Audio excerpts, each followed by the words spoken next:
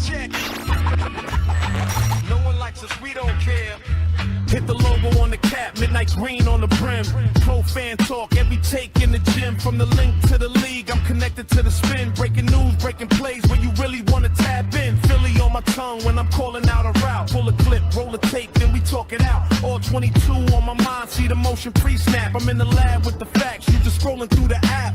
Jalen with the read, I'm explaining what you missed. Why the safety bail late, why the cornerback blitz. From the pass rush twist to the red zone slant. Coach Markus on the mic with the real fan chant. Pro fan talk, hit the bell, that's law. Break it down from the film to the box score room. Pro fan talk, where the real ones call. From the birds to the league, we gon' cover it all. From the draft room rumors to that waiver wire heat. Trade buzz humming like the crowd on Broad Street. Sunday to Monday, I'm recapping every snap. Tuesday got the bald Eagles filling in the gaps. Eagles on the header, but the scope league wide. How we making deals for the vets on the slide? Quarterback drama, I'ma sort that pile. Coach on the podium, read between the lines. I'm talking rivalries, upsets, underdogs rise, overtime classics, blown calls, bad drives. Jack going crazy when the topic get wild. So we keep it all game, keep it smart, keep it down. Pro fan talk, hit the bell, that's law. Break it down from the film to the box score raw. Pro fan talk. Mic check. No one likes us, we don't care. Hit the logo. What's going on, folks? Oh, I'm still a little purple. Still a little purple. Thought I solved this problem. Hold on. I'm gonna solve this right. Nizal. Solve this right now. Let's reset all. There we go. Sharpness to smooth that up. And let's original. Bright. Not bright. Pop. Oh God. Cinematic. Ugh. What is going on, y'all? You know what? It is what it is. Let's turn up the brightness a little bit. Let's turn up the contrast a little bit. Saturation. We'll drop that a little bit. Yeah. All right. We good. We gonna leave it at that. My hand's still purple. Nah, it's a little bit better. What's going on, y'all? I'm always tinkering about. What's good? Who we got? Chris 3K is in the building. First out the limo. Tiffany, as usual, is batting second. Carlos is batting in the number 3 spot. Quentin is batting cleanup at number 4. Cody the Killer. What's going on? What's up, Cody? 63 Mortis, my guy from KY. What's good with you? Darth Panda, as usual. What's going on, y'all? What's going on? I saw this interview. I'm gonna let y'all into this right now. We're gonna talk about this. I will open up the mics after we get past this one part. But I saw this today. This is the season, the SZN season for Nick Foles podcast. Nick Foles and Evan Moore. And they had Jeff Stoutland on here. And I wanted to get through this whole thing, but unfortunately, life be lifing. So I didn't get the chance to watch all the way through. But I took some notes early. I got about 10, 15 minutes through it. But I had I timestamped one particular part, and we're going to play that. We're going to get to that in a second. But let me get it ready.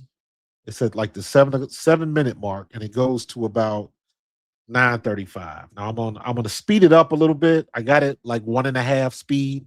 So you can hear it. It goes a little fast. So hopefully they won't, try to copyright me or anything. But I just want to play this one particular clip because it talks about we heard all the rumors about Jeff Stoutland not being a coach, but still being involved in some kind of way. And this addresses that specifically. And I thought it was interesting what was said. And he made it pretty clear how he felt about the situation and some of the things that was going on. I talked about this earlier today, like hearing what Cam Jurgens said on the Bussin' with the Boys podcast, where he was saying his back was all jacked up. He had slipped a disc, and the disc was sitting on his sciatica nerve, and he was at 50% most of the year. And I'm like, whose fault was it that he was still in the game? Or either that, or you're telling me that his backup was so far gone that as a backup, he couldn't play better than what you were getting. I don't know what the answer to that question is. But we had questions, and it made me look at the whole perspective a little bit different. A little bit different. I ain't gonna lie, because y'all know when the whole thing went down and Jeff Stoutland walked, I was in my feelings. Y'all already know that. I ain't got nothing to hide, because if there was anybody on the coaching staff that I deemed untouchable, Jeff Stoutland was that dude. I said before, if they want to bring in a coach and he don't want Jeff Stoutland, I don't want him. That dude is untouchable. And guess what? He got touched. Everybody is untouchable in the league, man. Just when you think you're safe. I thought Jeff Stoutland was platinum. Don't leave him alone. Don't touch him. Leave him alone. We had the best offensive line for years. Don't touch that dude. And they touched him. But you will hear his explanation of it. I don't want to say what I thought. I've already given my opinions on it. And a lot of people had something to say. Was it Nick Sirianni?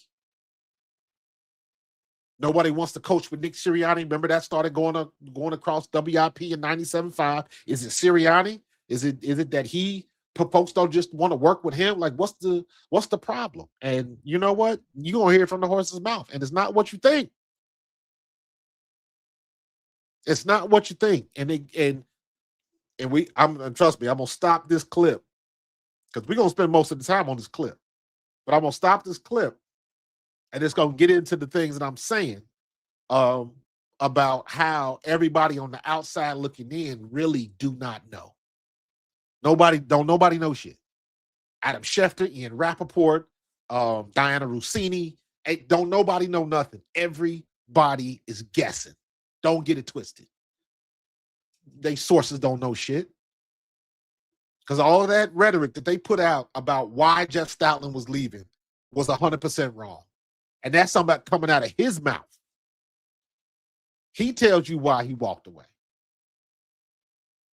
So,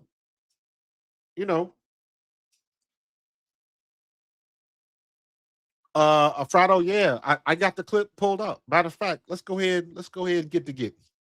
Let's go ahead and get to getting. Because like I said, I'm gonna open the mic up. So if you got thoughts on it, please let me know them thoughts, man. Hold on. Let me switch up. Let me go back to my second screen. There we go. So check this out. And remember, this is going 1.5 speed so we can get through it.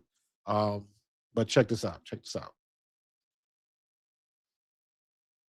I know Philly fans in general wonder if that help might still be in the city of brotherly love. So one of your guys, Lane Johnson, just recently was on a podcast with Ryan Fitzpatrick and Andrew Whitworth and made the comment that he's obviously, devastated to lose you.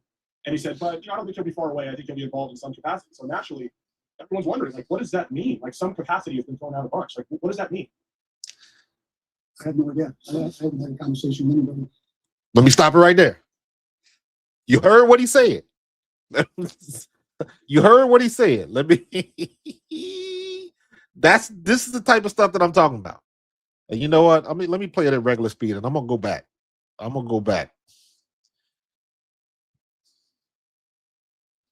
we might talk about that too. Well, I think I know Philly fans in general wonder if that help might still be in the city of brotherly love. So one of your guys, Lane Johnson, just recently was on a podcast with Ryan Fitzpatrick and Andrew Whitworth and made the comment that he's obviously, devastated to lose you. And he said, but, I don't think he'll be far away. I think he'll be involved in some capacity. So naturally, everyone's wondering, like, what does that mean? Like, some capacity has been thrown out a bunch. Like, what does that mean?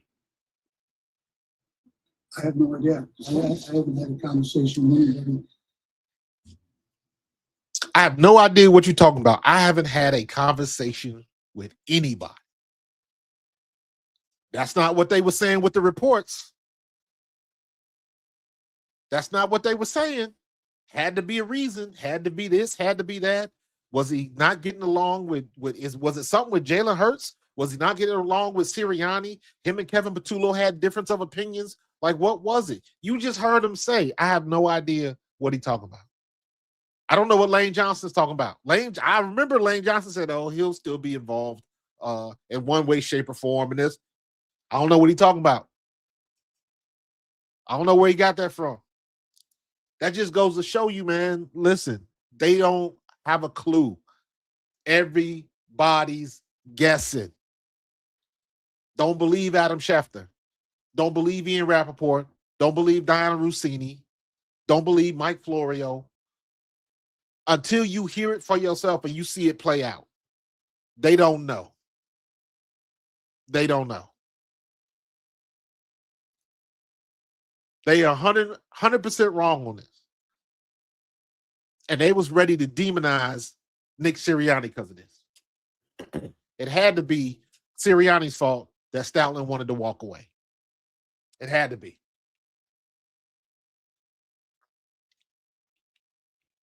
But he's not done. He's not done. Let me speed it back up again. We'll go 2-5. So it's still.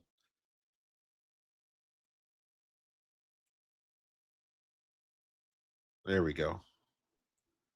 About anything like that, so I don't know. He don't know. He didn't talk to anybody. Lane and I, we came in together in 13. That was the Chip Kelly first year. Chip Kelly. We felt like we were going to leave together as well. I know there was a kind of a silent, almost agreement, kind of, but it didn't happen, unfortunately. But sometimes. Here we go. I've done this for a very long time, as I said, 30 years in college, 13 years in the NFL. And so a lot of players will ask me along the way, hey, coach, can we talk or whatever? And they have the thought of maybe not playing football, maybe in college any longer, or if a guy maybe is thinking about players. And I always say, look, I can't tell you what you should do or are going to do. I have no idea. That's not right for me to say that. But I always say this. I think there's some point in your life where you kind of know. You kind of just know. And I think I think I reached that point. I was in a position where a lot of things changed. Things were happening, things had taken place. And I'm like, wait a second. This is like what I talk to other players about all the time. So I just felt like it was that time. And he felt like it was that time. I did a video weeks ago, and I was talking about Jason Kelce and Brandon Graham. Jason Kelce made his decision to walk away from the game. Jason Kelce could have played another year easily and still played at a high level and probably got another Super Bowl ring. But he walked away from the game the year before they went back to the Super Bowl, the year before we got Saquon.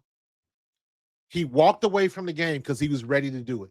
And he even said out of his own mouth he still could have played, but he was ready to walk away, and he was comfortable with it, and he stuck with his decision.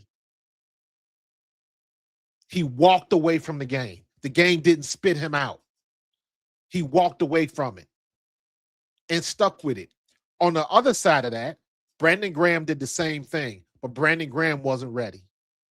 And lucky enough for him, when he came back, there was an opportunity for him to play and contribute, and he was still in good enough shape where he did contribute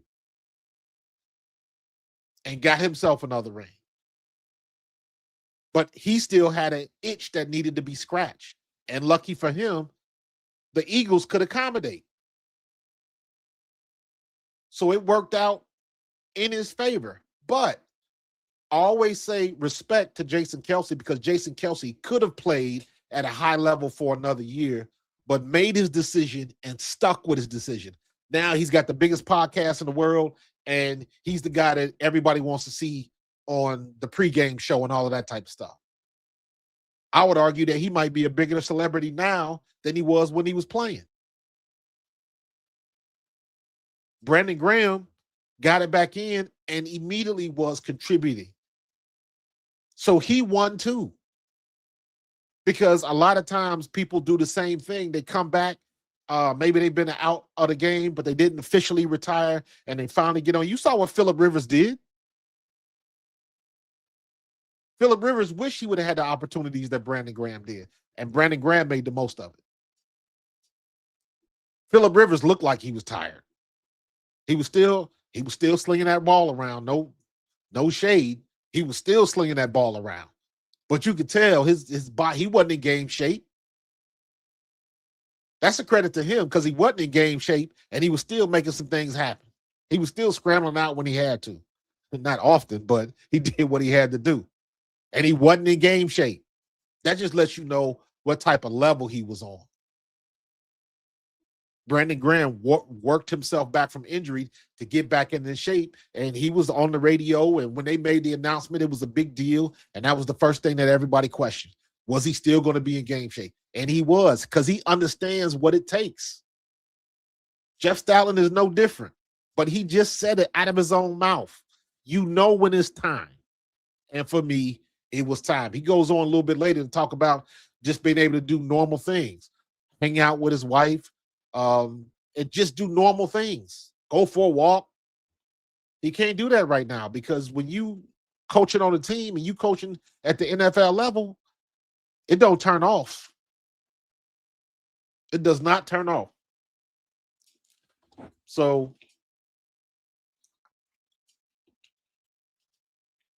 this, for me, I talked about this earlier today. For me, I had to relook how I looked at the whole situation with Kevin Patullo. This is just my opinion. I had to reevaluate that thing. Now, was Kevin Patullo good?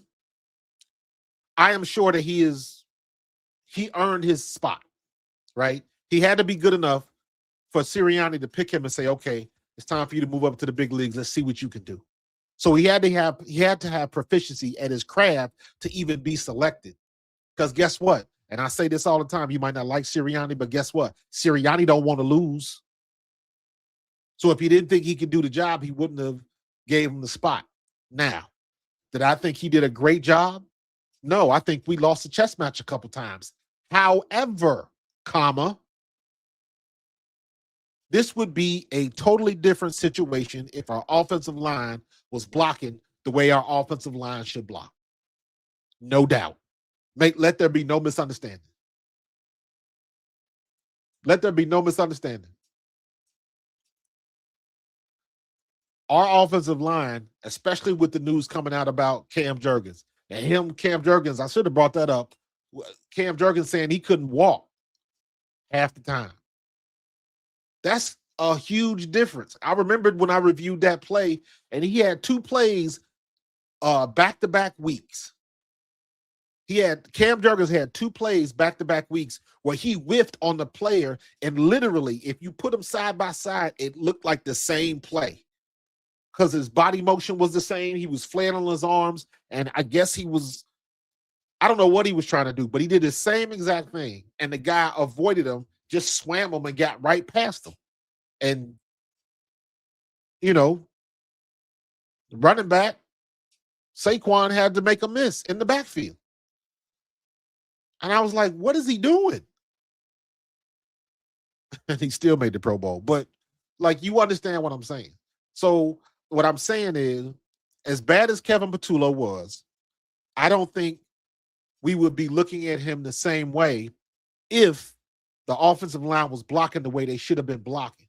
Because if that would have happened, we would have had a better record. I think we would have gone a little bit a deeper run in the playoffs. And the outlook on what we were doing as an offense would have looked better. I think the passing game would have looked a little bit better because the defense would have had to respect the run. They did not respect the run this year. Saquon couldn't do jack unless he bounced it outside. Him and Tank Bigsby, that was the bread and butter. They could not go inside the tackles to save their lives. I don't know. I bet you I could count on one hand how many plus 10-yard plays we had inside the tackles. But every big run that Saquon had, almost all of them were bouncing outside or him making somebody miss in the backfield. The run blocking was trash. And you got to look at Jeff Stoutland for that because he's the dude. if I can give him all that accolades, if he gonna keep it 100, he watches tape. He saw it. So you got to put it on him because he's the coach. Whether it's because somebody's injury, because if Cam, so I'm gonna take Cam Jurgens at his word. He said his back was hurting so bad that he couldn't get it. Thank you, Blue Being. I appreciate you, man. Appreciate the new subscribe. I'm gonna take Cam Jurgens at his word. He said I had slipped the disc in my back and it rested on the sciatic nerve. Anybody that's ever had sciatica pain, y'all already know. That is no joke. My question is if Stoutland, if you knew that, why did you leave him in here? How come we couldn't get more Brett Toth, especially after the New York game? Did we want to leave Brett Toth as a backup for Dickerson? Was Dickerson in worse shape? Because he wasn't great either. So there had to be some decisions made, and there had to be some reasons why you left him out there if the man said he couldn't walk. That's where a coach is supposed to go in and make the best decision for the team, and that didn't happen. So I got to put that on Stout. Right? That's fair.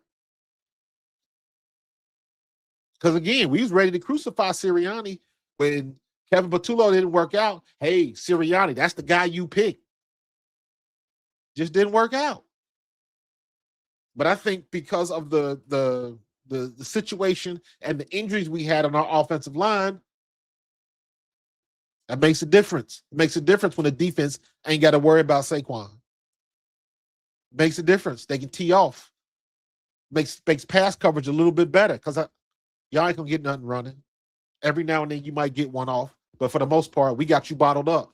We got you, Saquon.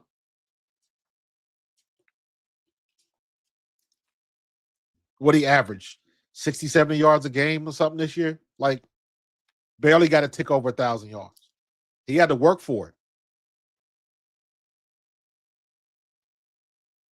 But all of this rhetoric that we heard about Stoutland and what it is, what it may be, sources close to the situation, all of that type of stuff. Man, get out of here with that. Get out of here. I heard what the man said. He said it was time. I think based on what he said, because he said him and Lane Johnson kind of had an unspoken agreement that they were going to walk away at the same time. I honestly think that he thought Lane was going to hang him up. Hell, I thought Lane was going to hang him up. I didn't think Lane was going to come back for another year under another offensive coordinator. And I didn't, especially with the situation with his hamstrings and couldn't stay on the field. Lane is one of the best to ever do it when he's on the field. He's first ballot Hall of Famer in my book. But the last couple of seasons, hamstring was playing, wrecking shop. So he had to stay on the field. I think Stoutland thought he was going to walk away too. Lane surprised me because I didn't know what he was going to do. But apparently Sean Mannion must have changed his mind because he had good things to say about Mannion. But this is what I mean, man, when I say nobody knows. Nobody knows what's really going on. If they telling you they did, if they telling you they got sources, they bullshitting you. They don't know. Anytime you hear a leak from a team or when Shefty gets his report or whatever, the team has called, all teams got a contact. They got a contact. They got another contact that'll get in touch with one of these reporters.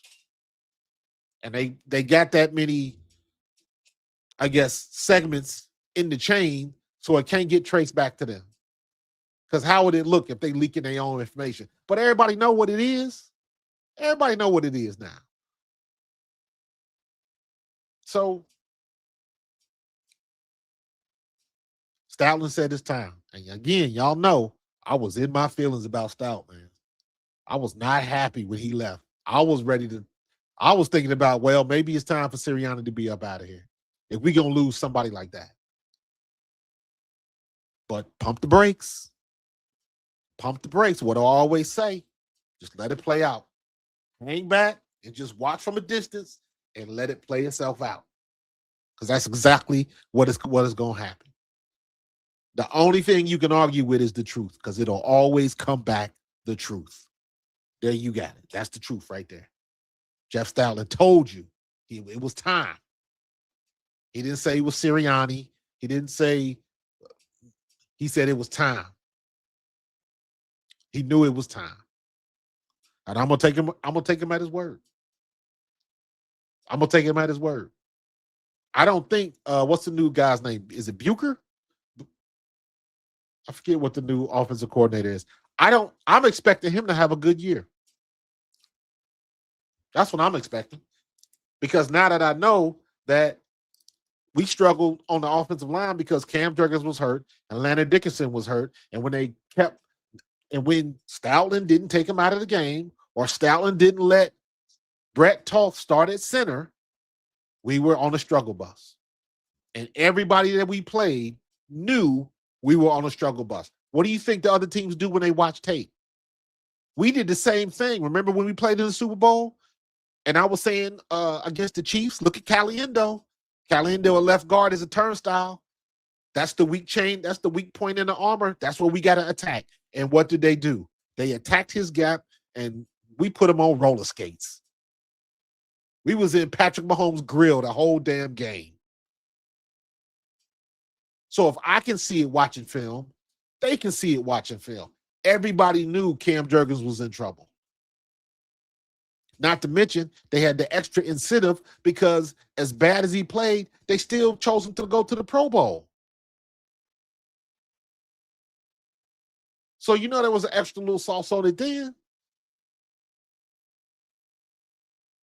If we can see it, they can see it, because they study film all damn week. And everybody was getting up to play the Eagles. Everybody was getting up. And you wonder why we couldn't throw the ball and couldn't go in certain directions and couldn't do certain things. All of it.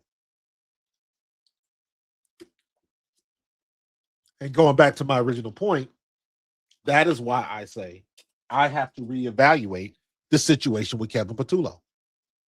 I mean, it's water under the bridge now, but you got to reevaluate that situation, because now I got new information.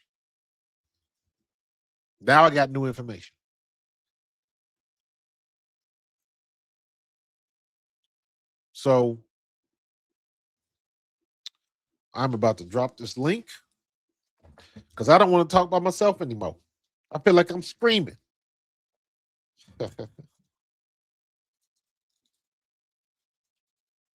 All right, we're going to keep it, try to keep it short. I'll leave you on for a couple minutes. And you know what? That's what I need. I need to get like a timer or something on here.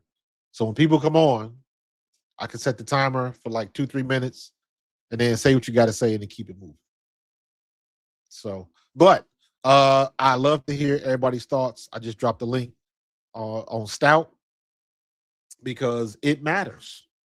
It matters. I hope he does come back and help in some capacity. Maybe it's something that we don't even see. Maybe it's every time they had in film study, maybe they got Coach Stoutland on a Zoom call. I don't know. I would love to see him still involved, because it's not that he isn't. Let me say it like that. Whether he comes back officially or not, that he is still a resource for Lane Johnson and everybody. He is still a resource for that. So that will never not happen. If Lane is having an issue and trying to work something through, he can call. He got Stout on speed dial. The same with Dickerson, same with Mailata, same with Fred, same with everybody. Everybody on that offensive line. Hell, including Goddard and the tight ends. That's a whole nother conversation. Tight ends. All right, we got Chris on stage. Chris, go. What's going on? What up? What up, Coach? What's good with you? Nothing much. Hey, just real quick. After listening to you, just break down the whole, pretty much between the Stoutland interview, and then when I think about what you've been saying about what happened to the offensive line, I think I seen the light a little bit on Patullo, because I think looking back at it, I don't think nobody, the organization or any of the Uh-oh. Did we lose you? I think we lost you, Chris. Let me give him a second. All right. All right. Try to come. I'm going to kick you and try to come back in. Yeah, that happens all the time. It was said during the season that Stoutland was too emotionally invested in his favorites and that he was stubborn in his decision making. I never heard that. Schoolboy, I personally never heard that. I'm not saying you're wrong, but I never heard that, and I never heard that mentioned like on television or anything like that.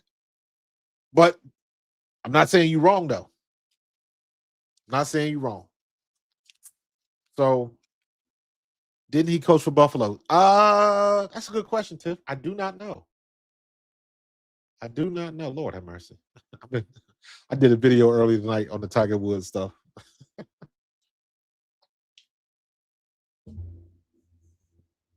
Ooh, that's good. What is this?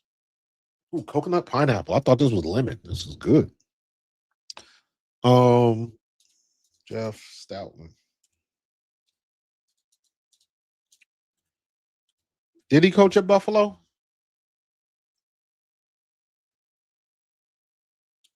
He been in the game for a long time. Southern Connecticut. He got 30 years. No. When he came into the league, he has always been with the Philadelphia Eagles. No. Well, hold on. Stoutland spent the next 4 seasons at Miami as the offensive line coach. Okay, so this is the Hurricanes. So we talking about college. Okay, so yeah, when he got into the NFL, Southern Connecticut, Syracuse, Southern Connecticut, Cornell, Michigan State, Miami of Florida, Alabama. Then he went to Philadelphia Eagles in 2013. So yeah, he was the run game coordinator from 2018 to 2025. So 2-time Super Bowl champion, 2-time college national champion. So no, he has never coached for Buffalo. All right, Chris, you back? Yeah, my bad. Chris? I think my connection was tripping. I was just gonna say real quick. I was pretty much agreeing with you, and I think I've seen a little bit of the light that you've been shedding on Kevin Patullo in terms of, because when he got the job, I think it was a little bit after the Super Bowl last year, and I don't think nobody in the organization predicted that the offensive line was gonna fall off the cliff that they did. So, right. With the way, especially we have been built to play, the offensive line for any team, but especially us, when you have that many injuries and stuff like that, it's hard to play offense, period. So I think where the Patullo point that you bringing in that kind of makes sense is that obviously it's easy to look now and see how bad the offense was and say it's his fault. But you got to remember, when he got the job, nobody was thinking that the offensive line was going to be that bad. Correct. It just happened like that. And unfortunately, it was his turn. Because if you look at Brian Johnson, Kellen Moore, and Shane never had the offensive line be that bad. He just happened to be the one that got the wrong end of the stick in that regard. So correct. It was just but like I said, you got to put some heat on him. Oh yeah, because everybody knew that Cam Jurgens was not Cam Jurgens. Everybody knew something was wrong. Something was wrong. And they didn't make the change. They didn't make the change, and that's where he does take blame. But that's where that middle ground between, like you say, he takes blame, but how much of it? Because these other offensive, like for example, Kellen, we love Kellen because obviously we got the end result of winning the Super Bowl and they played well. But like you said, though, our pass game wasn't prolific with Kellen either. It wasn't. He had the benefit or the luxury of the 2,000-yard rushing season that Saquon had, which was obviously because of the offensive line being the MVP. So that permanently changed the perception of what he looks like in this city, because to us, we're like, he was this genius offensive coordinator. And it's like, not to say he wasn't, but it wasn't like we were the greatest show on turf necessarily in terms of throwing and passing and running and everything. Like, no, that offensive line was obviously much better, and therefore the rest of the team was much better because it took pressure off the pass game.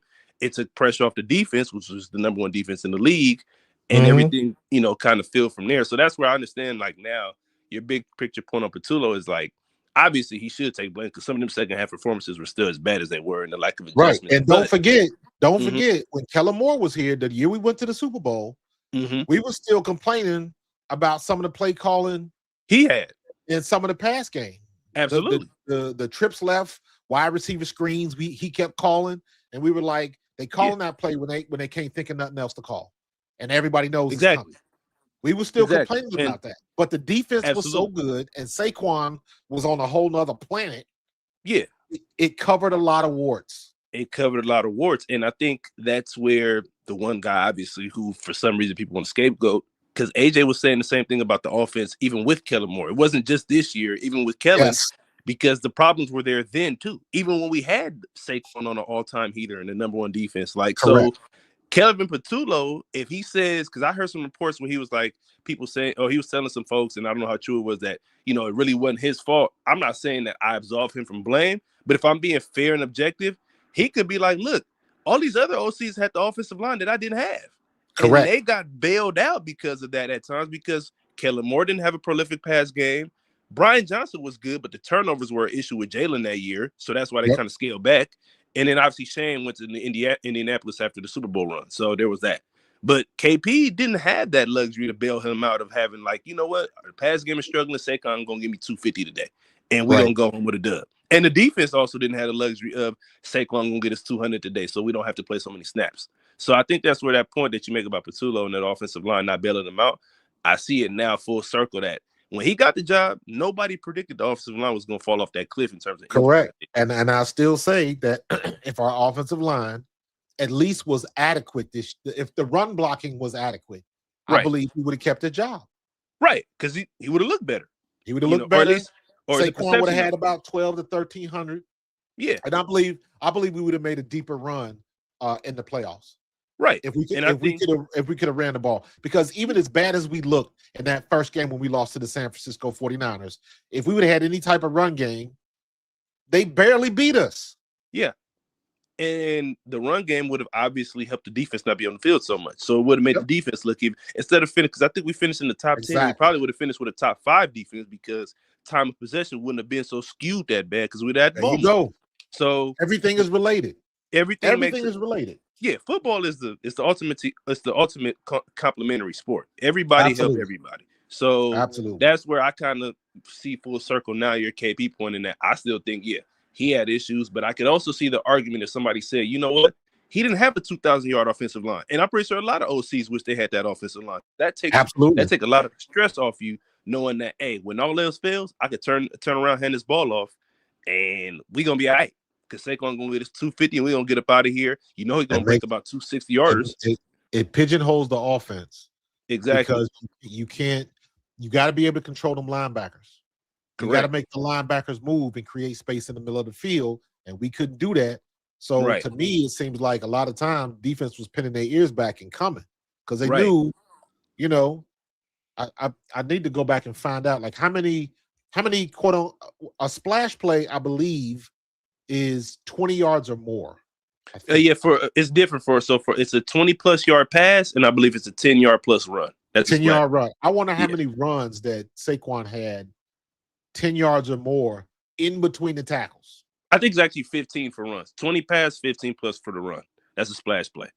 I got to look that up. But we didn't have a lot of them. No, we didn't. And it cost us. It did. And that's what we had with Kellen. We had those splash plays, a lot of them via the run game.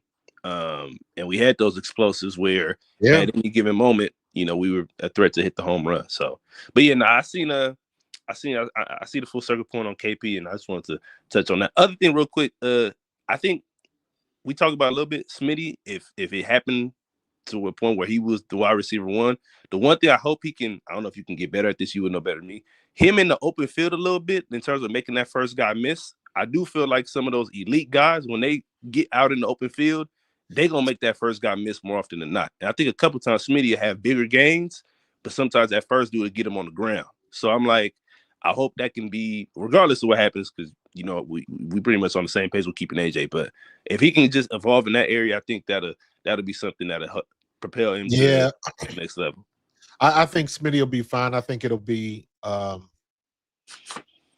depending on what happens with AJ, it'll be different. Because AJ will, not AJ, but Smitty would now get whoever the number one DB is. Yeah, that's a very good point. That is a very good point. So it'll be, but Smitty is one of those guys where you always got something to complain about. He's not big enough and whatever your critique is. And it's like he's been dealing with this since he was 160 pounds when he got to Alabama. Correct. Who was this kid coming into SEC? And well, guess what? I'm gonna show you. So this ain't no difference, and he can still run by people. He can definitely run by. We got 3 to 4. We got 3 to 4 more years of Smitty in his prime. Yeah, no, definitely. I was just in the mindset. I'm like, yeah, if he can, you know what I'm saying, obviously that'll depend on how we play and all those other things. But none of it matter if we don't have that offensive line working. Yep. All right, brother. I appreciate you. Appreciate you. Go Birds. Go Birds. So yeah, man, I appreciate you, Chris. I got some people on because I got my phone on streaming with TikToks. If you're on TikTok and you want to jump on with us on YouTube, because I have the link open. If you want to jump on the show and have something to say, give your hot take, give your opinion, you can do that. If you do not want to be on camera, that's okay. Just turn your camera off, just like Chris had. We can still hear what you got to say, and you can make your point. So if you in the TikToks and you want to jump on and you got something to say, you got an opinion that you want to give, join us on YouTube, Pro Fan Talk. We live right now, and you can come on the show and we can hear what you got to say.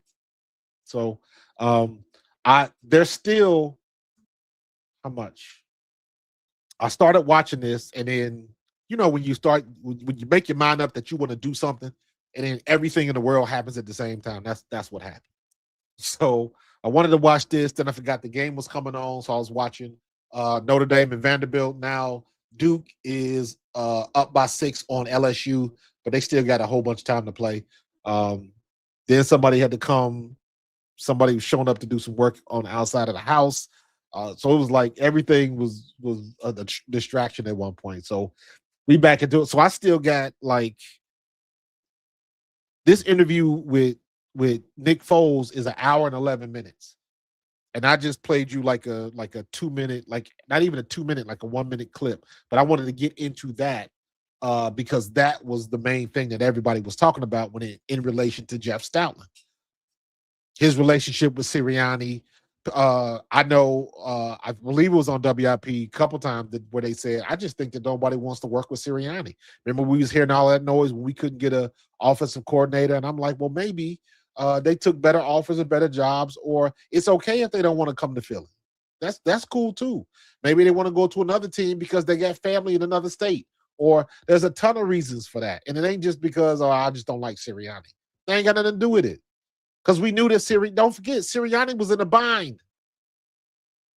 Sirianni, he didn't have his hands tied behind his back, but damn near. Because the prevailing opinion was he can't pick the offensive coordinator anymore. It can't be somebody that he picked from the inside. Howie Roseman got to get involved. He got to make this decision. Remember they were talking about that? Because he picked Kevin Patullo, failed. He picked Brian Johnson, failed. So I was like, all right, Howie, you got to come in, you got to step in, and you got to make this decision. That's what the opinion was earlier. So sometimes, again, you got to back up, you got to pump the brakes, and you just got to let things play out. You just got to let it play out. And everybody, all of these guys are so freaking gung-ho on just trying to be either first or just they want to be able to tell everybody they was right. And remember what I said earlier today? All of these guys, Adam Schefter, Ian Rappaport, Colin Cowherd, Stephen A. Smith, Uncle Ocho, all of them going to say the same thing. Not Uncle Ocho, because they usually keep it 100. But watch what I'm telling you. Watch what I'm telling you. This is what's going to happen. When we find out what's going to happen with AJ after June 1st, whatever happens, if he stays or if he goes, watch how many people release their reports, jump on their podcasts and say, I said it 2 months ago that this was going to happen. If he stays and doesn't get traded, there's going to be a bunch of people that jump on and say, I said it. Remember when I said that there's a possibility that he could stay in it?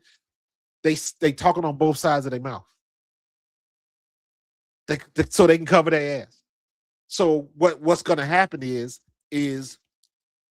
they done already said both. I think he's going to get traded. He definitely wants to go to the Patriots. And you done heard all of that rigmarole, all of it. And then every now and then somebody will leave a little nugget. I've been noticing that Adam Schefter lately has been, listen, I don't have new news. I can't tell you if it's going to happen. I can't tell you if it isn't going to happen. There's a strong possibility it won't happen. If he doesn't get traded, those are the only sound clips you're going to hear from Adam Schefter. And it just goes down the line.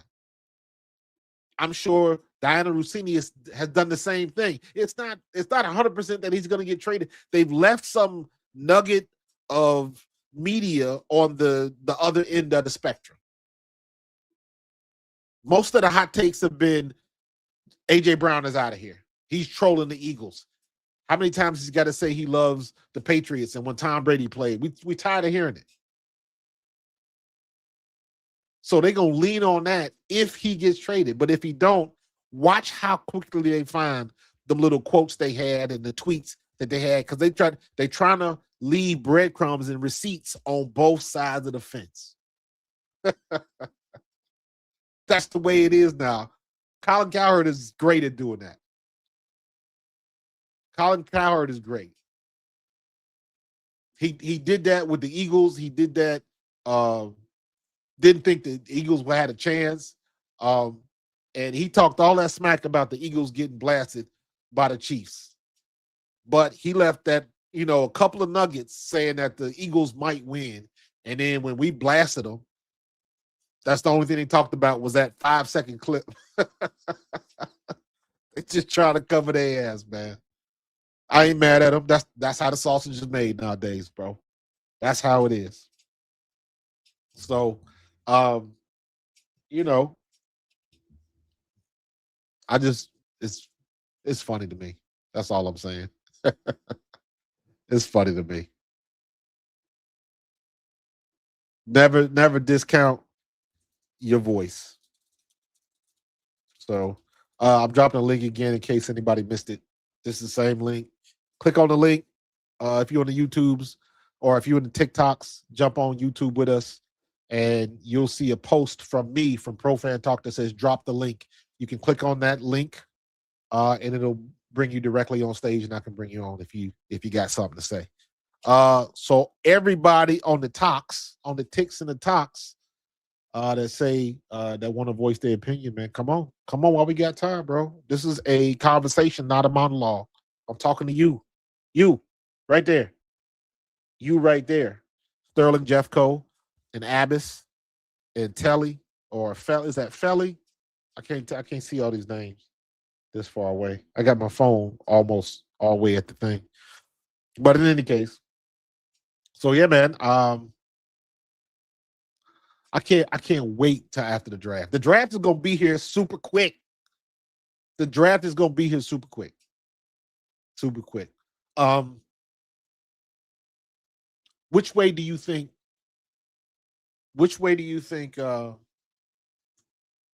Jeff is gonna go?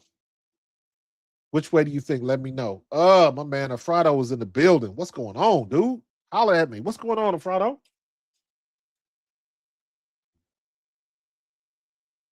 I got you. You up? You ready? You can hear me, Coach? I got you. What's going on? All right. Man, listen, I was watching, I put it in the chat. I was watching 23 highlights of A.J. Brown, man. We got to get back to that passing game. I know Jalen had like 17 turnovers, but Mannion and Sirianni got to get on the same page. We got to get rid of that prevent offense. There's a difference between being aggressive and reckless. Prevent offense. Oh, man. That was funny. You still there? Uh-oh. Hello?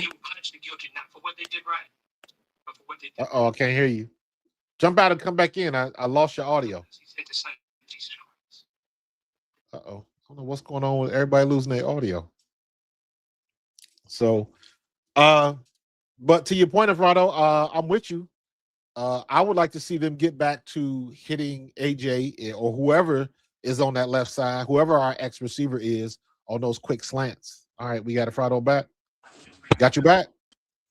Yeah. All right. What was you saying though? Oh, I actually got cut off when you was talking about the prevent offense. Yeah. Because listen, I remember, and I've said this before. I remember when 22 or 23, AJ, you could not stop AJ on the quick slant. You could not stop him. It was a 5-yard pass. He was going to break a tackle and turn a 5-yard pass into like a 20, 25-yard splash play. He was doing that consistently. And the thing about that is everybody knew it was coming and they still couldn't stop it. And then we just stopped doing it. I didn't understand that.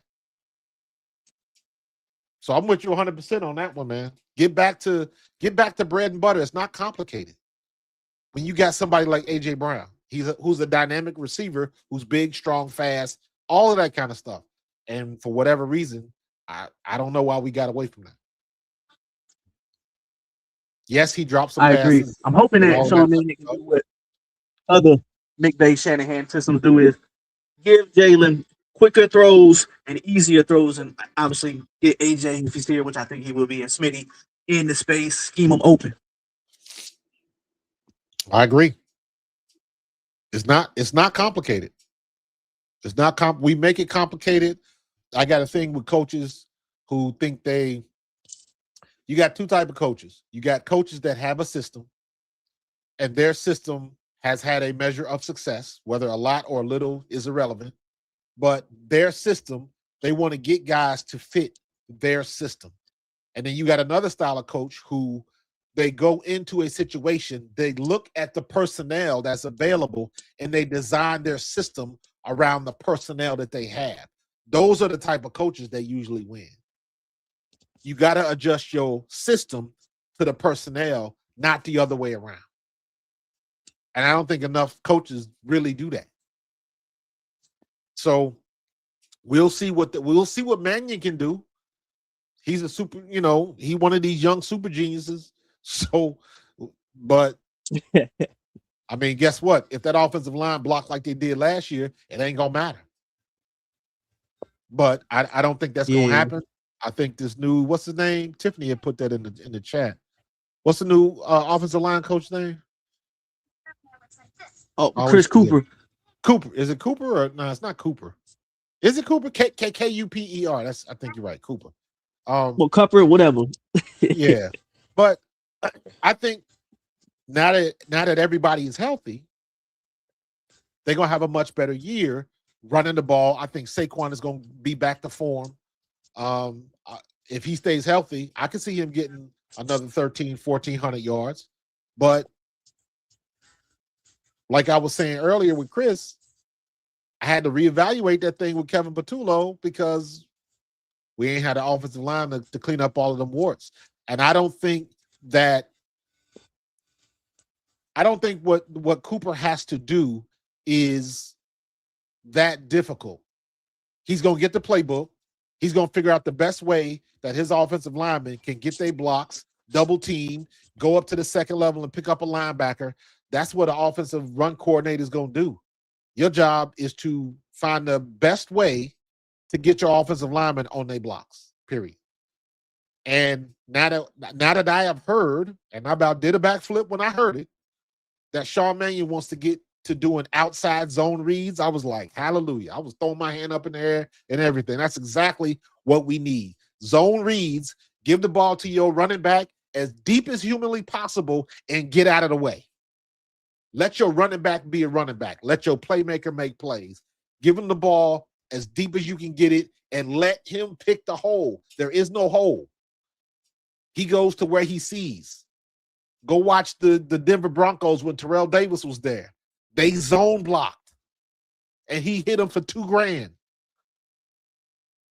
That works when you got somebody like Saquon. People forget Saquon is 6'1".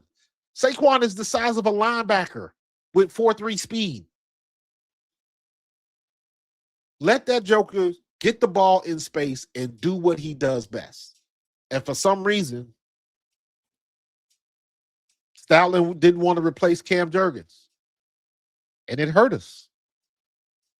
So I am so glad that he is healthy, stem cells and all. And again, that lends to how serious his injury was. If you got to go overseas to get stem cells and do all of that type of stuff, if it's at that level, it was super serious, especially when you talk about sciatica.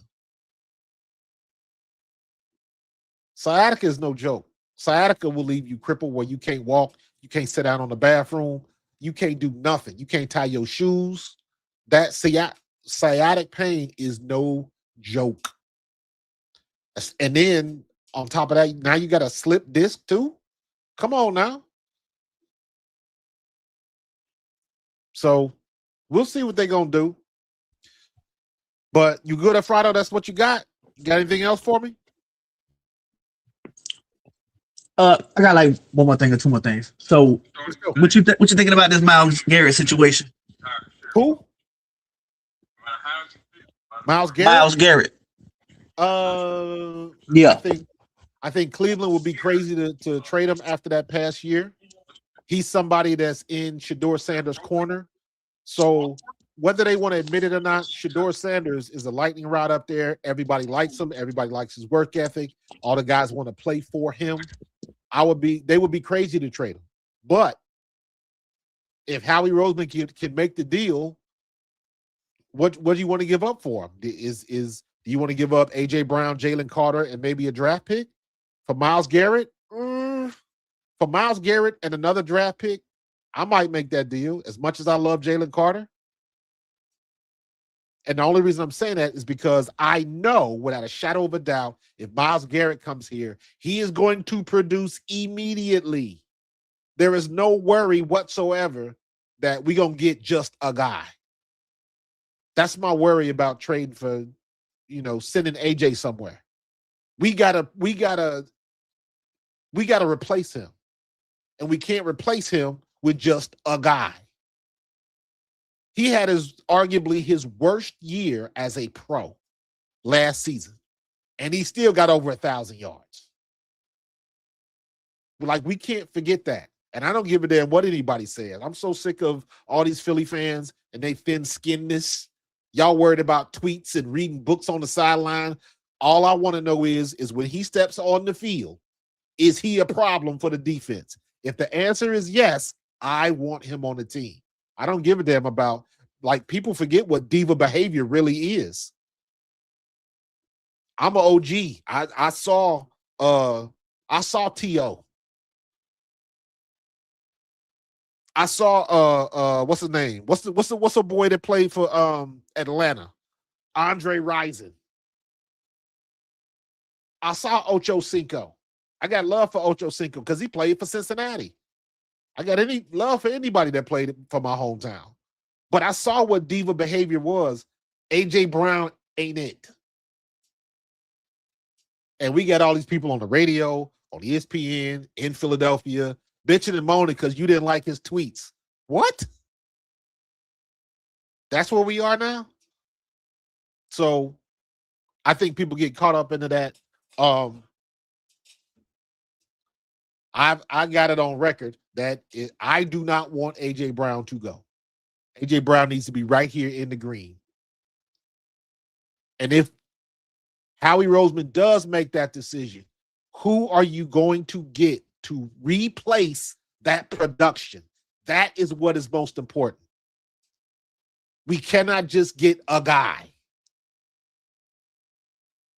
And are we forgetting that him and Elijah Moore are best friends? Elijah Moore was the one that was helping AJ when AJ was going through his mental things, dealing with suicide and all of that type of stuff. To me, that matters because AJ Brown is the type of dude where that stuff matters.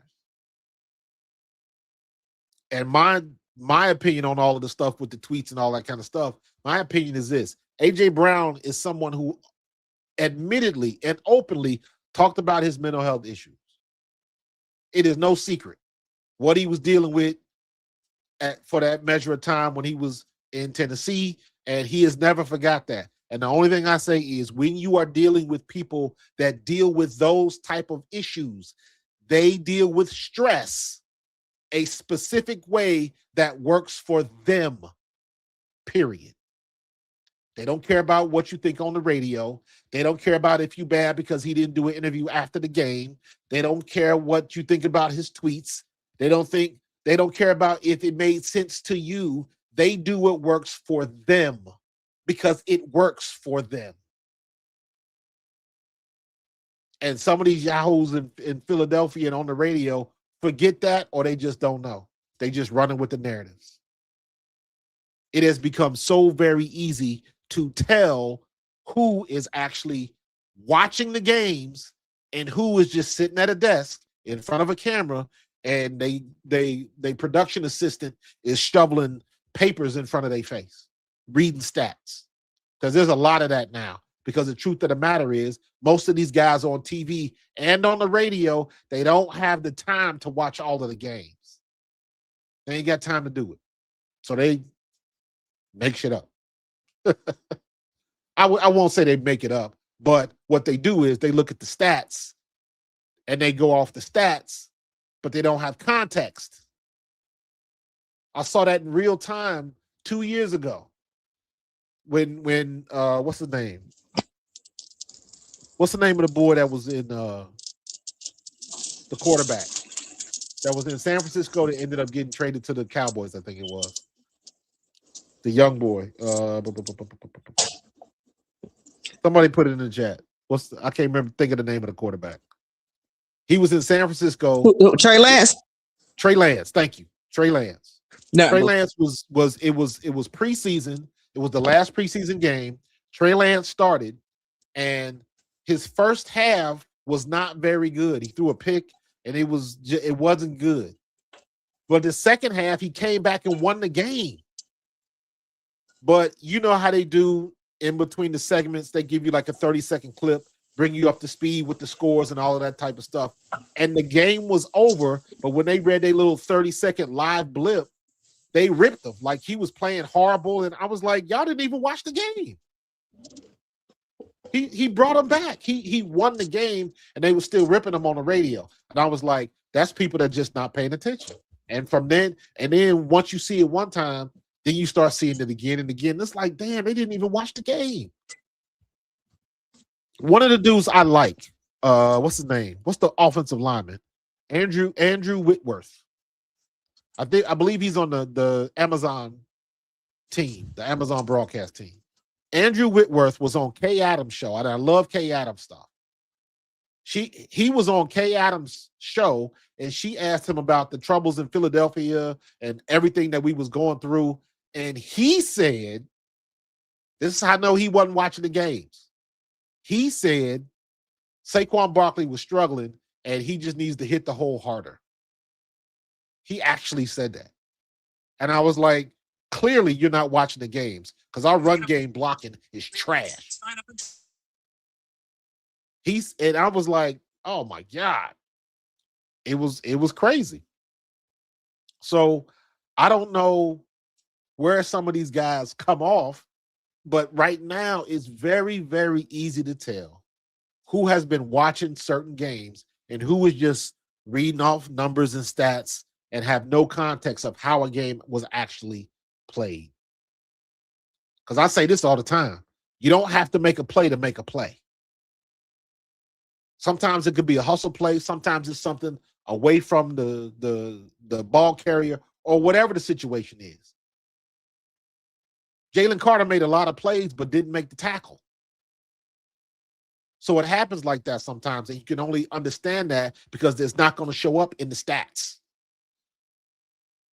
So for me, it's very easy to see everybody in the media, ESPN, Fox, all of that stuff. It's very easy to see who actually watches the tape and who doesn't.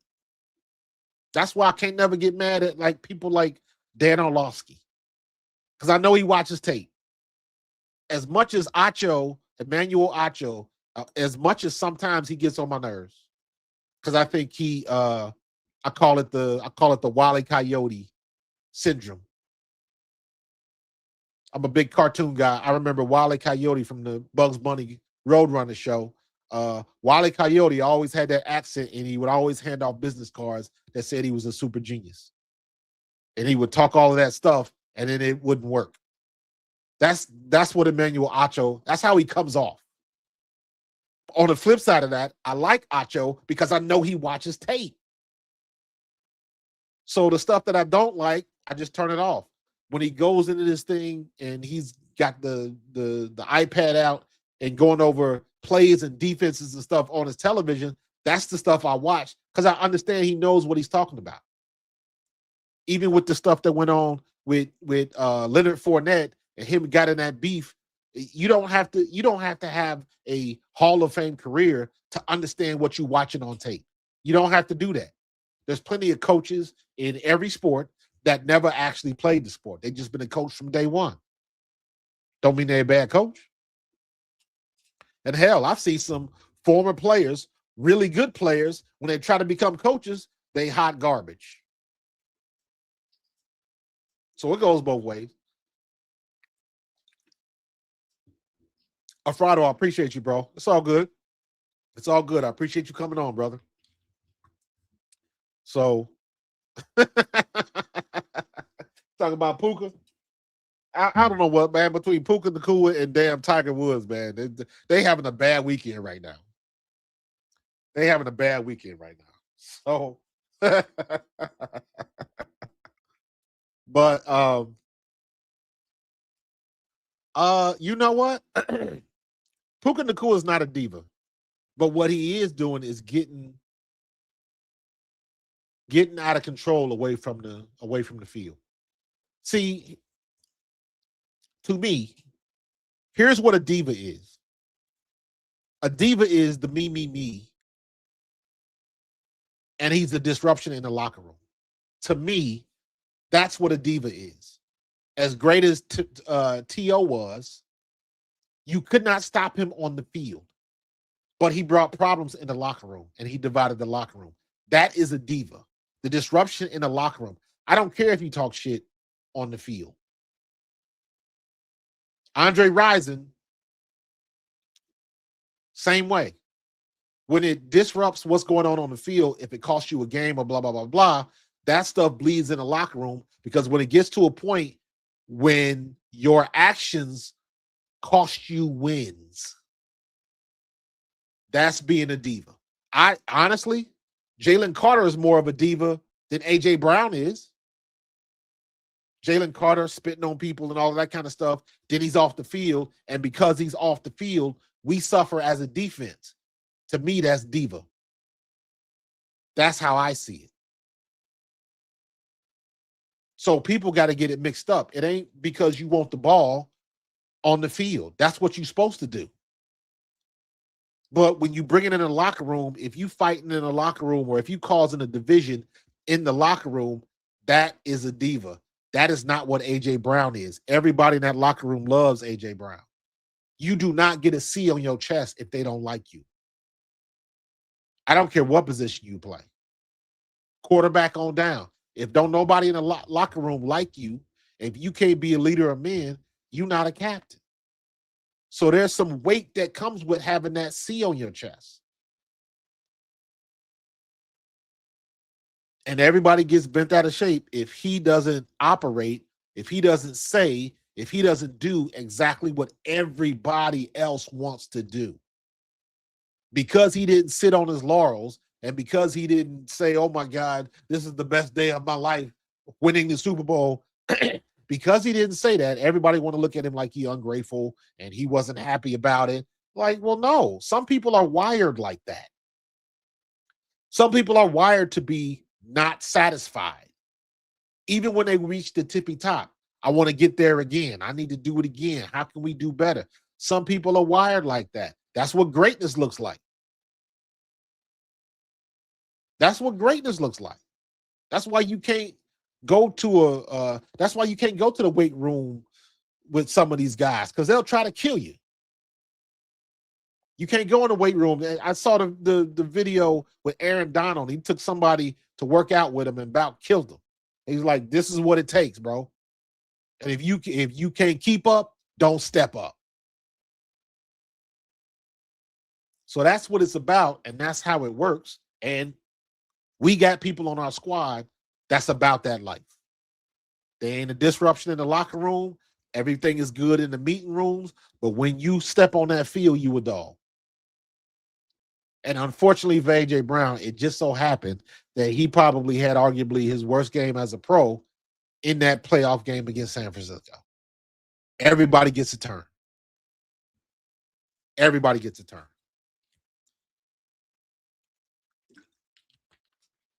But listen, man, we built different. I'm from the old school. I played in the 90s. Matter of fact, shout out to let me put this up real quick. Shout out to my man Randall Cunningham, my quarterback. Shout out to Randall Cunningham. It was his birthday today. 63 years old. Shout out to Randall. Randall hosted me as a rookie. He hosted me for Christmas. He hosted me for Thanksgiving and Christmas as a rookie. I'm from Cincinnati, Ohio. So I'm up here. I'm a long way from home. So I didn't have family up here. I didn't know nobody. So the vets would always host the rookies. You know, hey, come over here. You know, be with teammates so you don't have to be by yourself. That sort of thing. And Randall hosted me for Christmas, for Thanksgiving and Christmas. And I never forgot that. Never forgot that. So shout out to my man RC, the ultimate weapon. Happy birthday to you, brother. Appreciate you. One of these days, I am efforting to get you on this podcast. So we're going to make that happen, bro. So, but happy birthday to RC. But so yeah, man. That's all I got. A lot of stuff going on, man. A lot of stuff. NCAAs. If you are in South Jersey, shout out to Hannah Hidalgo, the South Jersey girl who's playing for Notre Dame right now. She went off today. She went off. Almost had a quadruple double. That girl had a triple double with steals. 31 points, 11 rebounds, 7 assists, and 10 steals. She was unstoppable. Even when you playing basketball, defense wins championships. You can't win if you can't score. She was killing them. Shout out to Hannah Hidalgo. Gotta show love. I forgot to you gotta put her on screen. Gotta put her on screen. Shout out to Hannah Hidalgo. 31 points, 11 rebounds, 7 assists, 10 steals versus Vanderbilt, the number 2 team in the country. She did work. She did work. So shout out to the South Jersey girl.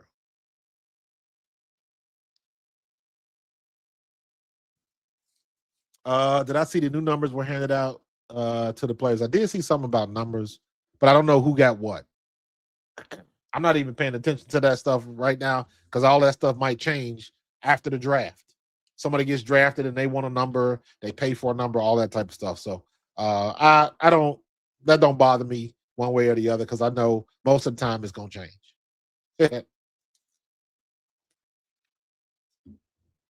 So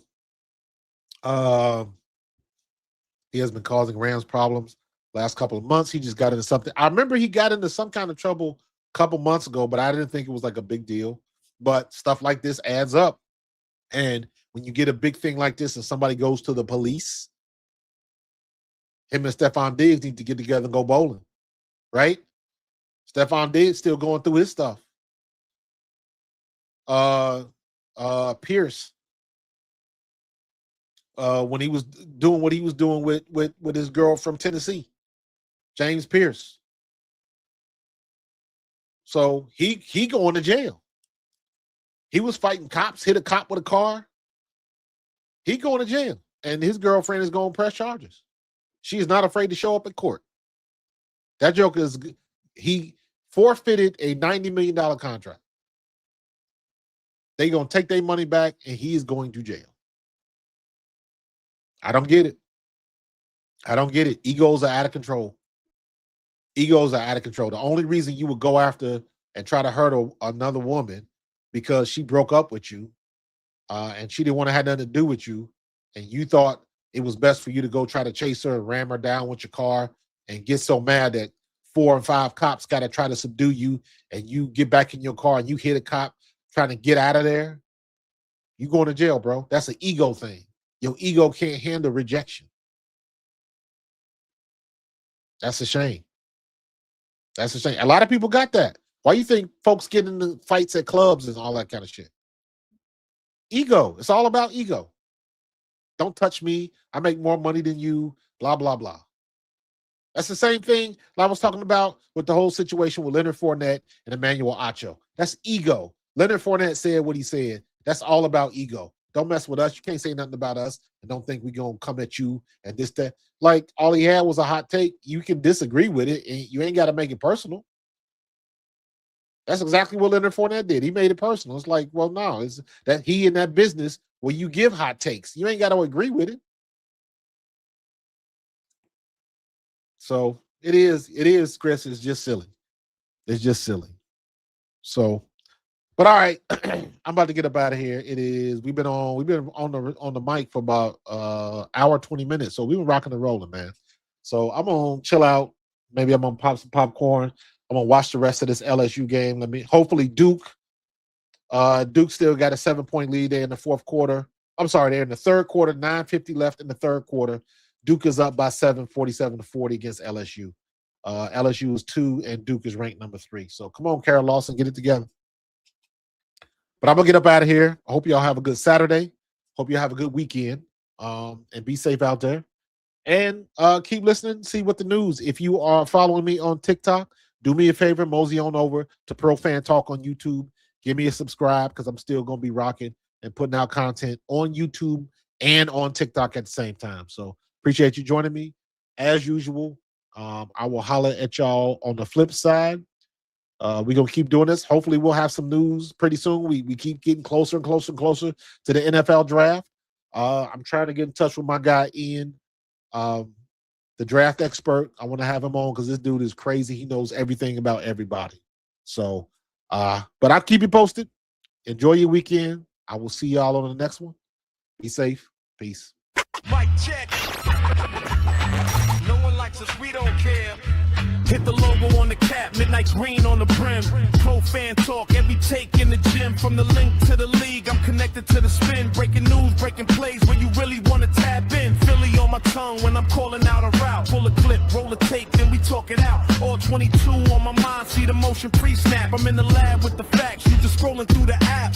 Jalen with the read, I'm explaining what you missed. Why the safety bail late, why the cornerback blitz. From the pass rush twist to the red zone slant. Coach Markus on the mic with the real fan chant. Pro Fan Talk, hit the bell, that's law. Break it down from the film to the box score room. Pro Fan Talk, where the real ones call. From the birds to the league, we gon' cover it all. From the draft room rumors to that waiver wire heat. Trade buzz humming like the crowd on Broad Street. Sunday to Monday, I'm recapping every snap. Tuesday got the bald Eagles filling in the gaps. Eagles on the header, but the scope league wide. How we making deals for the vets on the slide? Quarterback drama, I'ma sort that pile. Coach on the podium, read between the lines. I'm talking rivalries, upsets, underdogs rise, overtime classics, blown calls, bad drives. Jack going crazy when the topic get wild. So we keep it all game, keep it smart, keep it down. Pro Fan Talk, hit the bell, that's all. Bring it